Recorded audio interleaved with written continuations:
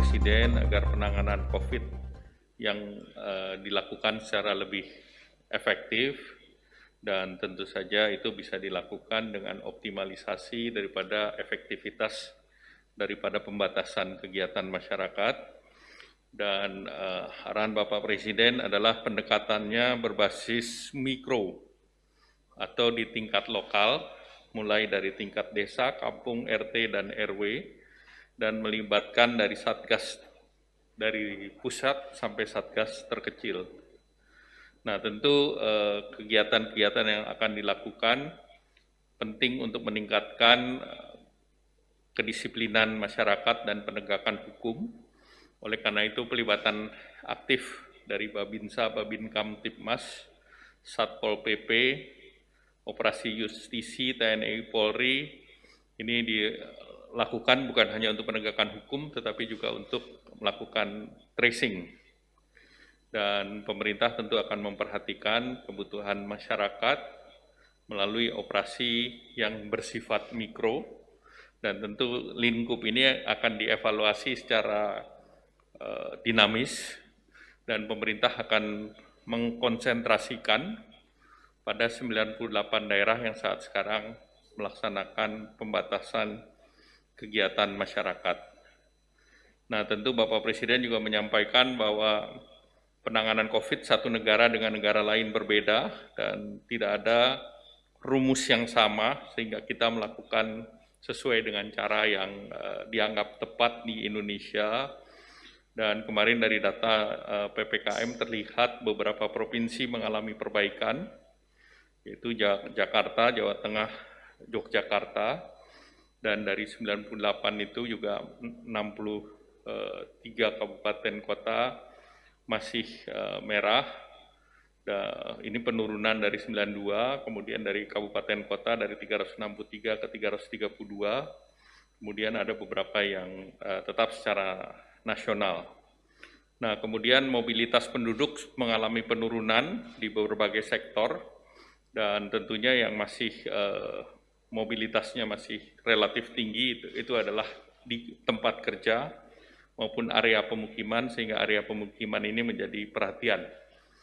Dan kemudian tentu kegiatan-kegiatan dari Satgas akan terus diintensifkan, dan juga Bapak Presiden selanjutnya mendorong agar vaksinasi bisa ditingkatkan, baik dari segi volume maupun dari segi waktu, sehingga herd immunity cepat bisa dapat dilaksanakan.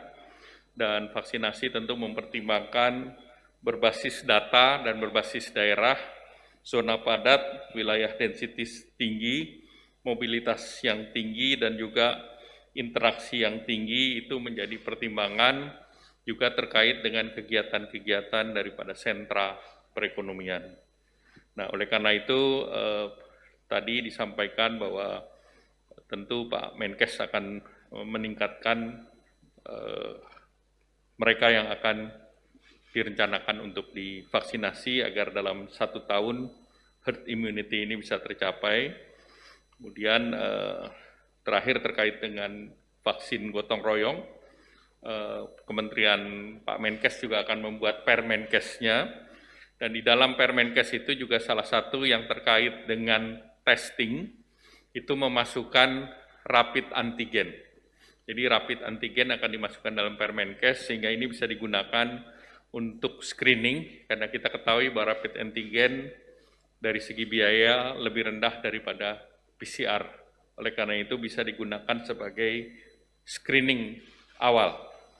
Dan selanjutnya Bapak Presiden kembali mengingatkan bahwa kunci daripada pandemi COVID ini berada di hulu, yaitu 3M, memakai masker, mencuci tangan, menjaga jarak. Dan untuk masker itu Bapak Presiden meminta bahwa ada standarisasinya, sehingga yang masker yang digunakan masyarakat itu memenuhi standar kesehatan, sehingga tentu maskernya akan juga efektif digunakan, dan juga mendorong testing, tracing, dan tracking terkait dengan tracing yang secara digital, yaitu program Peduli Lindungi. Bapak Presiden akan mempersiapkan instruksi Presiden, Inpres, sehingga program Peduli Lindungi ini bisa digunakan sehingga bisa efektif mengontrol mereka yang terpapar secara digital sehingga bisa di-trace gerakan-gerakan dan mereka yang bisa potensi terkait dengan penularan. Dan dari Kementerian Kesehatan akan menambah petugas yang akan melakukan tracing di lapangan dan ini akan melibatkan Babinsa dan Babin Kamtibmas. Demikian.